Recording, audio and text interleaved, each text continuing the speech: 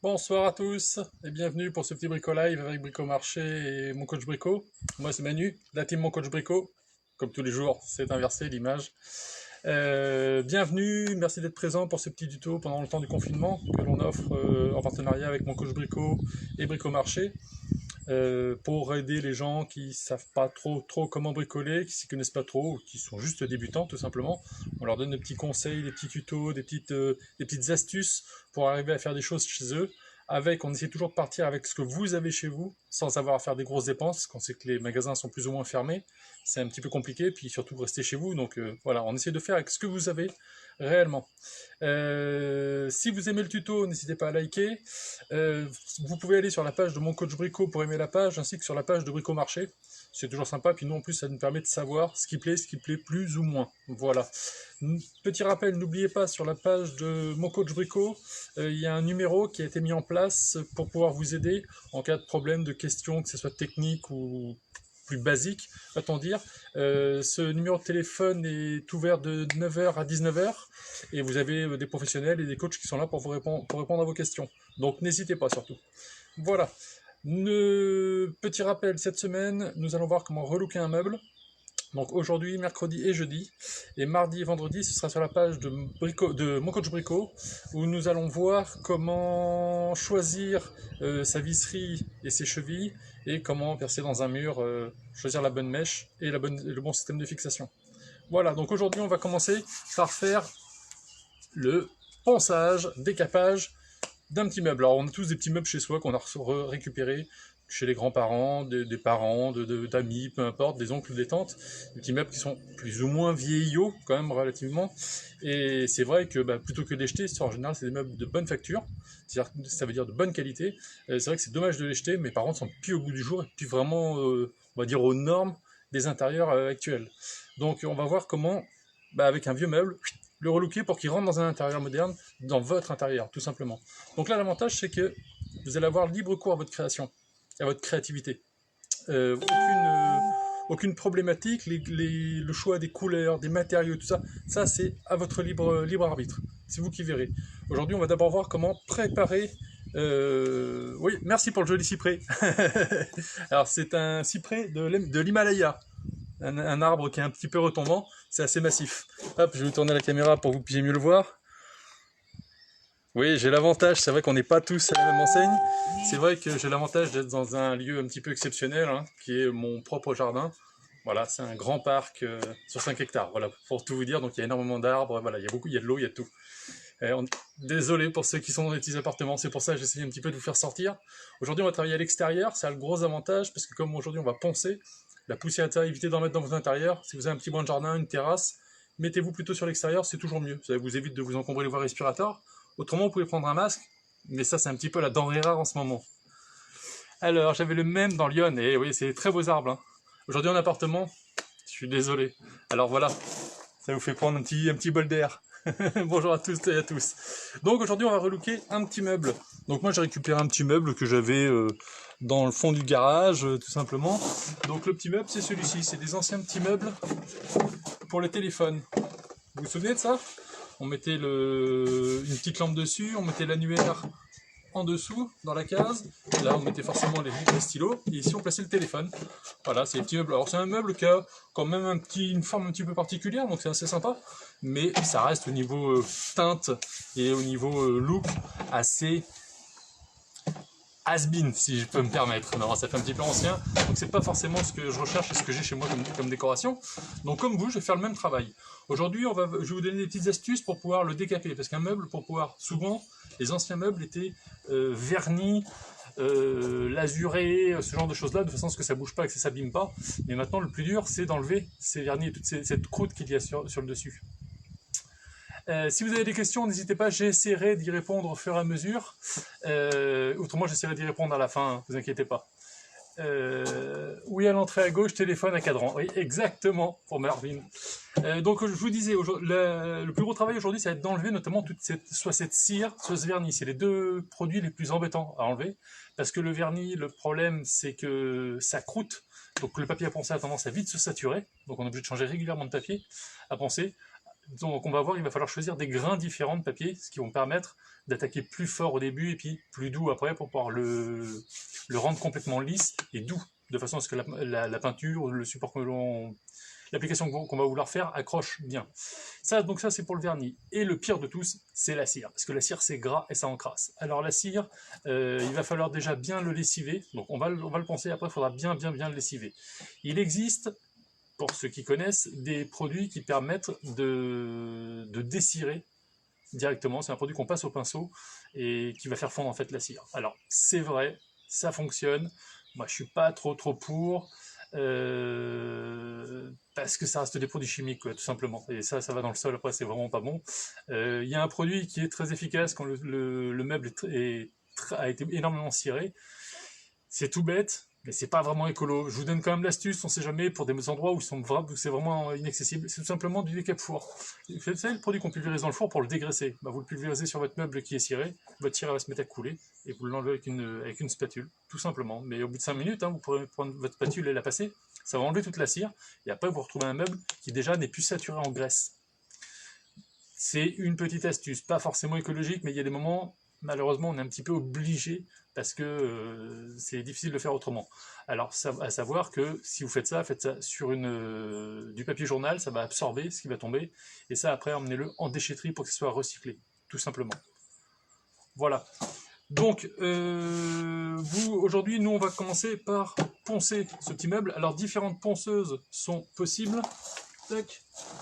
Les petites ponces, alors il en existe plusieurs, moi j'en ai deux. Là c'est une ponceuse orbitale, c'est une ponceuse circulaire qui tourne, c'est un disque qui tourne, tout simplement.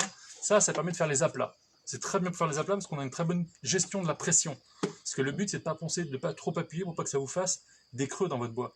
Il faut rester le plus régulier possible. On ponce toujours dans la mesure du raisonnable et dans la mesure du possible, dans le sens du veinage du bois. Le bois a toujours un sens de fil.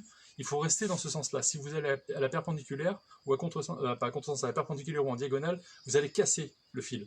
Et c'est pas joli. Alors, si vous voulez laisser le bois brut, ou tout au moins naturel, à l'arrivée, il faut que le bois soit le plus impeccable possible. Si c'est recouvert par une peinture, c'est tout de suite moins contraignant parce que ça ne se verra pas. Voilà, ça c'est la petite astuce. Et pour tout ce qui est angle, ces petites ponceuses d'angle qui sont très bien, ça c'est les petites Mauss. C'est très bien fait, ça vaut pas très cher si vous avez ça chez vous. Si vous n'en avez pas, c'est le genre de petits outils qu'il faudrait avoir parce qu'on s'en sert régulièrement. Et quand on a pris le virus de relooker des meubles, je peux vous assurer qu'on a du mal à s'arrêter. On a un peu envie de relooker un petit peu tout, même les choses qui sont déjà faites, on a envie de les refaire. Parce que c'est sympa, ça permet de changer les couleurs, pour changer d'espace, de lieu et ce genre de choses. Voilà. Donc aujourd'hui, on va commencer par bien les poncer. Une fois que ce sera poncé, il faudra, avant de commencer toute opération suivante, il faudra d'abord, après, le lessiver. Donc on va le lessiver, moi je vais le lessiver avec du Saint-Marc, c'est un produit qui est relativement écologique, qui passe très bien, donc du Saint-Marc et de l'eau. On frotte bien avec soit une brosse lave-pont, soit une brosse voilà, un petit peu plus passe-partout. Et après, vous avez les brosses, notamment ça c'est pour les parties, quand vous avez des petits recoins, des petites tarabiscatouilles là, des brosses en laiton qui permettent de passer dans les petites rainures quand vous avez des petites arabesques et ce genre de choses. Très pratique. Et pour finir, hop, le ponçage, on peut finir avec de la laine d'acier. Ça c'est très bien. Donc, moi j'ai l'avantage d'avoir un gros rouleau, mais vous achetez ça en petit paquet, ça vaut 3 francs 6 sous en plus. La laine d'acier en fait c'est du métal tout simplement, en fibre, mais l'avantage c'est que c'est extrêmement fin, donc ça, vous pouvez vraiment passer dans tous les petits coins. Et pour ceux qui ont l'avantage d'avoir un petit Dremel chez eux, vous savez, le petit outil électroportatif là, avec une tête rotative, dessus vous pouvez mettre des petits papiers à poncer, c'est très pratique, ça permet de vraiment passer dans les petits coins. Je pense donc je suis, oui bien sûr. Donc, hop. Alors là aujourd'hui ça va être la partie ponçage. Après la partie ponçage, on verra comment faire si le meuble est un petit peu branlant, un petit peu à droite, à gauche, un petit peu dégingandé, va-t-on dire, pour pouvoir le reclouter, pour pouvoir le réagrafer, pour pouvoir, voilà. On va pas refaire de la grosse menuiserie, là c'est vraiment pour relooker un petit meuble qui n'a pas de valeur, entre guillemets. Donc petit cloutage, petit encollage avec de la colle à bois, ça marche très bien et ça permet de le reconsolider, voilà, et tout simplement pour qu'il puisse repartir pour un tour. Ça, ce sera la petite chose. La deuxième étape, ce sera mercredi, on verra comment passer sous couche, pour éviter que le bois n'imprègne et que les couleurs soient fades, et notamment les différents types de sous-couches. Il existe des sous-couches pour les matériaux très glissants. comme le mélaminé, l'aggloméré, ce genre de choses-là. Et puis des sous-couches spécifiques pour le bois, voilà. Et on verra en même temps, mercredi, on verra comment masquer pour faire des teintes différentes à différents endroits et que les découpes soient parfaitement finies, bien nettes. C'est ce qui permet que votre meuble soit très joli. Vous voyez l'exemple, sur un petit tiroir comme ça, hop, avec ces petits dessins, on peut faire le contour d'une teinte, hop, et les petites arabesques à l'intérieur d'une autre teinte. Alors, on va faire la plus grosse partie des peintures au pinceau ou rouleau, patte de lapin, mais on fera aussi, je vous ferai voir aussi à la pulvérisation. La pulvérisation, il faut juste l'avoir vu faire une fois pour savoir l'utiliser. La pulvérisation, ça vous permet d'atteindre, quand vous avez plein de petites arabesques, ça évite d'avoir des traces de pinceau, qui ne sont pas toujours très jolies. Voilà. Donc là, on va commencer avec le papier à poncer. Donc on va commencer sur les grands aplats avec la ponceuse rotative, pardon. Donc vous avez, je l'avais déjà expliqué, vous avez différents grains existants. Alors là, moi j'ai un petit panel, hein. J'ai du grain 40, 80 et 120. Alors, les gens ont tendance à se tromper avec le papier à poncer, pour les débutants toujours. Le papier à poncer, plus le numéro est petit et plus ça ponce fort. Plus le numéro est grand, plus ça ponce fin. L'explication elle est très simple. En fait, il faut savoir que quand c'est un grain 40, c'est des grains de silice qui sont collés sur la toile. Il faut savoir que c'est sur 1 cm², c'est-à-dire sur un petit carré de 1 cm par 1 cm par 1 cm par 1 cm, il y a 40 grains de silice. Quand vous prenez du grain 120, vous avez 120 grains de silice sur 1 cm². Vous doutez bien que plus il y a de grains, plus il faut que les grains soient fins, tout simplement. Donc on va commencer avec du 40 et on passera au 80. Alors il en existe des intermédiaires, hein, 40, 60, 80, 120, ça va même jusqu'à 250. Et après avec des ponçages à l'eau, il existe encore beaucoup plus loin, hein, des 2000, 3000 et ainsi de suite. Alors, elliptique comme en carrosserie, exact, c'est du gros, 40. Donc voilà, on va commencer nous avec du gros grain, du grain 40, avec la ponceuse elliptique, donc la ponceuse ronde, à disque, ce qui va permettre de faire les aplats. Alors ça, on va faire uniquement les aplats. Pour tout ce qui est petit arrondi, courbe et ce genre de choses, c'est pas possible, le plateau va vous faire des aplats. Dès que vous allez le poser, il va vous faire un aplat direct partout où vous allez passer. Alors quand vous avez des demandes comme ça, n'hésitez pas, vous pouvez aller sur la page Bricomarché, vous avez des coachs qui sont en direct qui permettent de répondre à vos questions, ce qui peut être quand même très pratique. Donc, si chez vous, vous avez un petit emplacement, vous mettez, si vous avez un masque, des lunettes, alors les gants, c'est pas forcément obligatoire, hein. C'est surtout le masque pour les voies respiratoires. Moi, je suis au grand air, j'ai tout de suite beaucoup moins de contraintes pour ça. Donc, on est parti. Aujourd'hui, je vais juste faire le dessus. Et je vous explique, et j'ai commencé à vous expliquer, je vais continuer à vous expliquer. Et mercredi, le meuble sera poncé. Pas entièrement, mais tout au moins en grosse partie. Là, en un quart d'heure de tuto, on n'a pas le temps de tout faire. D'accord? Alors, c'est parti. Donc là, il y a un sens, la ponceuse a un sens de rotation. Si vous appuyez dessus, ah oui, si je la... Hop. Ça marche mieux quand on la branche. Voilà. Donc, vous avez un sens de rotation du disque. Si vous allez dans le même sens que le disque va poncer gentiment. Si vous allez à contresens, vous allez creuser beaucoup plus le bois. Donc faites attention à votre sens de rotation. C'est-à-dire que mon disque tournant comme ça, je vais le poser ici. Ce qui va permettre de pouvoir descendre. Si je le fais tourner, si je le mets dans l'autre sens, il va venir racler et donc arracher. D'accord? La ponceuse, le plus à plat possible. Comme je dis toujours, laissez travailler l'outil. C'est pas à vous de forcer. La machine elle est là pour faire le travail. Ça sert à rien d'appuyer dessus et d'être fatigué à la fin parce que vous faites du mauvais travail. La machine n'est pas utilisée à bon escient et elle abîme plus qu'elle ne vient aider. Laissez travailler la machine, hein. Ça sert à rien de forcer. Il vaut mieux passer 10 fois plutôt que 5 fois, mais que ça soit bien lisse et bien fini. Alors c'est parti.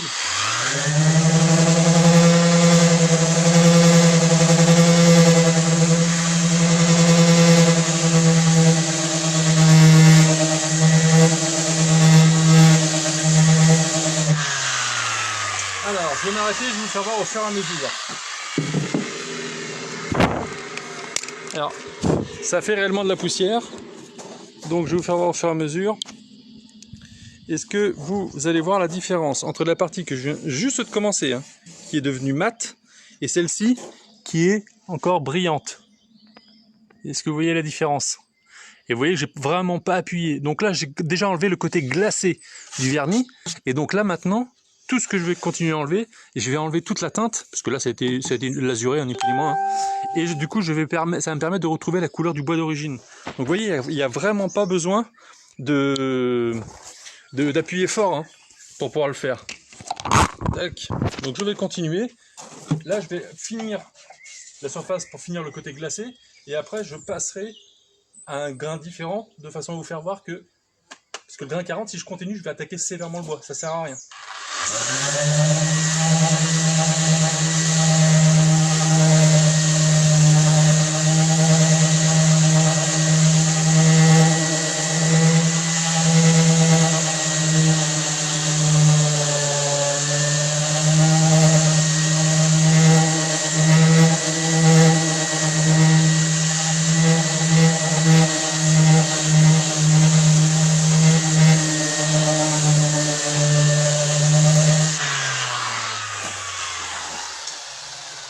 Alors,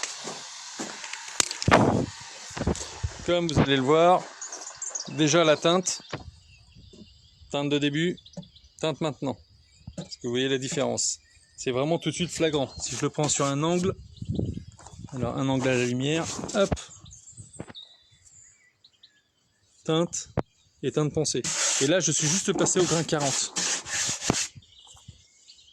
Donc vous voyez, alors le grain 40, il ne faut pas en abuser parce que vous voyez, dès qu'on atteint les tranches, tout de suite, ça attaque fort. Donc c'est pas ce qu'on va vouloir. Nous, ce qu'on veut, c'est enlever la croûte glacée qui est dessus, de façon à ce que le bois puisse absorber la peinture, voilà, l'application qu'on va vouloir faire derrière, tout simplement. Alors, le bruit risque de déranger les voisins? Non, vous leur dites. Si c'est pour chez vous, vous leur dites de venir vous filer un coup de main. En général, vous savez, quand on participe, quand on fait participer les gens, c'est plutôt cool. Hein.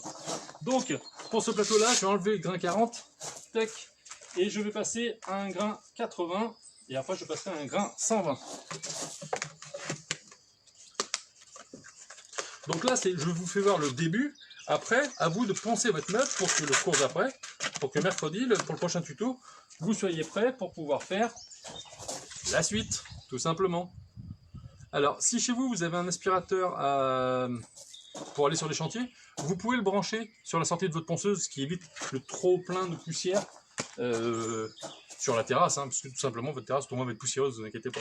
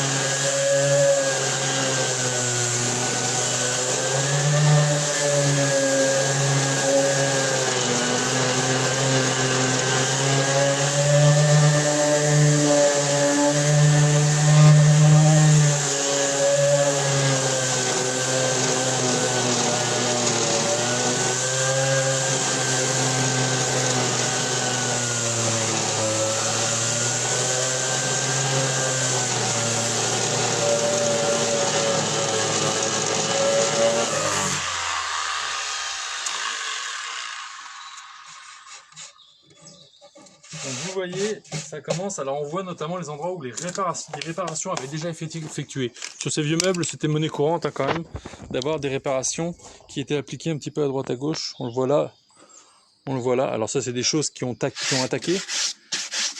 Voilà, on commence à retrouver une teinte plus claire. Alors je vais... Hop. Alors, je vais pas aller jusqu'au bois clair, parce que moi, de toute façon, pour le tuto, je vais faire quelque chose qui va être peint. Je vais le peindre, alors j'ai choisi une peinture de bonne qualité, on va vendre chez notre partenaire, Bricomarché. C'est la peinture de la marque Libéron. Ils ont aussi leur marque qui est très bien, mais Libéron, moi, j'ai une une petite préférence pour cette marque-là, parce que c'est une peinture à la caséine, donc qui est quand même totalement écolo, totalement naturel, il n'y a pas de produits chimiques dedans. Et ils ont vraiment, ce que j'aime chez Libéron, c'est surtout leur teinte, leur nuancier de teinte. Ce qu'on appelle, alors c'est ce qu'on appelle le RAL. Vous avez le Pantone quand on parvient d'imprimer, c'est le choix des couleurs, et le RAL, c'est pour tout ce qui est domaine de la peinture. Et ils ont un RAL vraiment, à mon goût, assez exceptionnel. Ils ont des teintes particulières à leur marque à eux. Voilà. Donc là, je suis passé au grain 80, ça va aller pour cette surface-là. Et après, je vais repasser au grain 120, ce qui va me permettre d'avoir une surface finie avant de pouvoir attaquer le lessivage. Alors le lessivage, c'est un coup de brosse et de Saint-Marc ou de liquide vaisselle, ce genre de choses. C'est uniquement pour pouvoir dégraisser et enlever le côté gras et poussiéreux de la surface pour qu'après on puisse attaquer et appliquer une sous-couche s'il y a besoin ou couche directement de peinture. Je préfère favoriser la sous-couche. Pourquoi? Parce que la sous-couche va permettre de saturer le bois de façon à ce que la teinte qu'on va amener, la peinture notamment, elle puisse tout de suite teinter. Savoir que la peinture, une couche, ça vous amène la teinte, 2 couches, ça vous amène la profondeur, et 3 couches, ça vous amène le volume.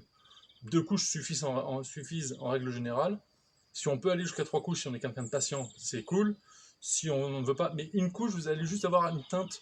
Admettons, vous faites un noir, ça va être un noir basique. Si vous passez à un autre endroit une deuxième couche, vous allez voir que tout de suite, ah non, 2 couches, c'est vraiment noir. Vous donnez la profondeur, le volume, la densité à la peinture. D'accord? Donc n'hésitez pas à passer 2 couches. C'est tout de suite le résultat est quand même beaucoup plus profond, beaucoup plus intense en couleur. C'est reparti.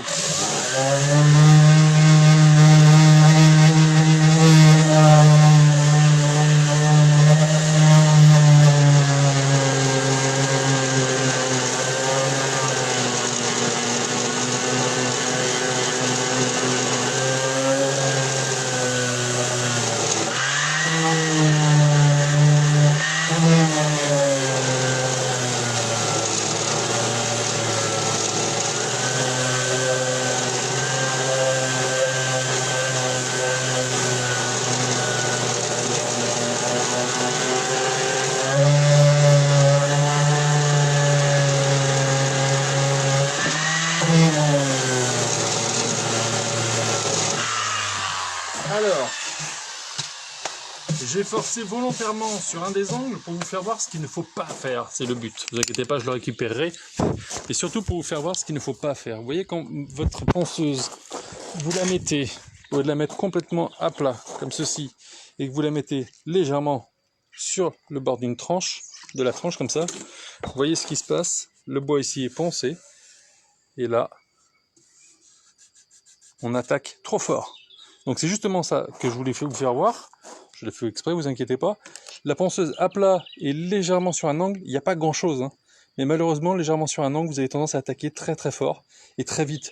Et encore, là je suis avec un grain 120. Si j'avais un grain 40, j'aurais carrément, pas passé à travers, mais j'aurais vraiment fait on va dire une piste de skateboard, quoi, quasiment. Donc n'hésitez pas, laissez bien votre ponceuse à plat, n'appuyez pas trop, et surtout évitez de la lever, que ce soit d'un côté ou de l'autre, pour éviter de creuser le bois et d'avoir des problématiques à la suite. Parce qu'après, quand vous avez fini, que vous avez fait votre peinture, ça se verra encore plus, le fait que ça a été creusé, parce que quand vous avez posé quelque chose dessus, ça va être comme ça. Ce qu'il faut, c'est que votre surface plane reste plane et ne devienne pas en vague comme ça. Parce qu'après, ça devient très compliqué pour pouvoir poser des objets dessus ou s'en servir dans la vie de tous les jours, tout simplement. Voilà pour ce qui était de la partie ponçage. Alors, je vais juste vous faire voir que, en attaquant un peu fort et en ne laissant pas travailler la machine naturellement, en appuyant, voilà ce qui se passe. Mon papier s'est encollé de cire parce que ça l'a fait chauffer. Et comme elle a chauffé, elle est devenue collante et elle est venue coller sur mon papier à poncer. Voilà ma surface est quasiment prête. Je la finirai de mon côté avant de passer la sous-couche. Alors je vais répondre à des petites questions dont certains peuvent se poser, notamment le fait de se dire, beaucoup de personnes disent oui mais il y a des sous-couches qui existent où on peut directement l'appliquer et peindre par-dessus. Il est vrai, ça existe, ça fonctionne très bien. Seule petite problématique avec ces sous-couches, c'est que vous faites des surépaisseurs. Vous avez l'épaisseur de la matière d'origine, le bois, d'accord.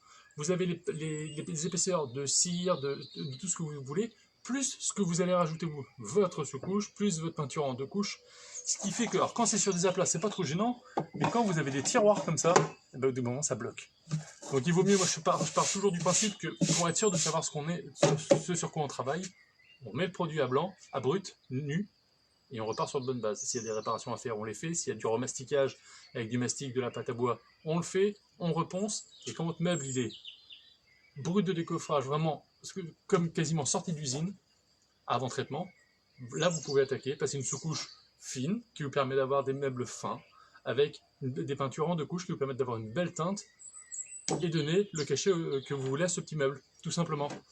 On verra comment positionner le ruban de masquage. Je vais vous faire voir aussi qu'on peut sticker les parties, notamment sur des aplats comme ça. Si on ne veut pas forcément mettre de peinture, on peut apposer des stickages qui se posent uniquement avec, il faut juste un pistolet à eau, un pulvérisateur avec de l'eau un peu savonneuse, une spatule de tapissier, et vous verrez que c'est très très simple à déposer dessus. Et on verra après à la fin comment le customiser, comment changer de poignée si on le souhaite, ce genre de choses-là. Mais avec le ruban de masquage, je vous fais voir qu'on peut faire aussi des choses un petit peu sympas, des damiers, des graphismes, ce genre de choses. Et ça vous permet de faire des trucs vraiment très très cool sur un petit meuble qui, à la base, ne payait pas de mine. Voilà, donc j'espère que ça vous a aidé pour la première partie du tuto pour le ponçage. Donc n'hésitez pas, passez un peu de temps. Si vous n'avez pas de petite ponceuse, vous pouvez prendre votre papier poncé et le faire avec une cale à poncer ou tout simplement à la main. Et pour tout ce qui est petite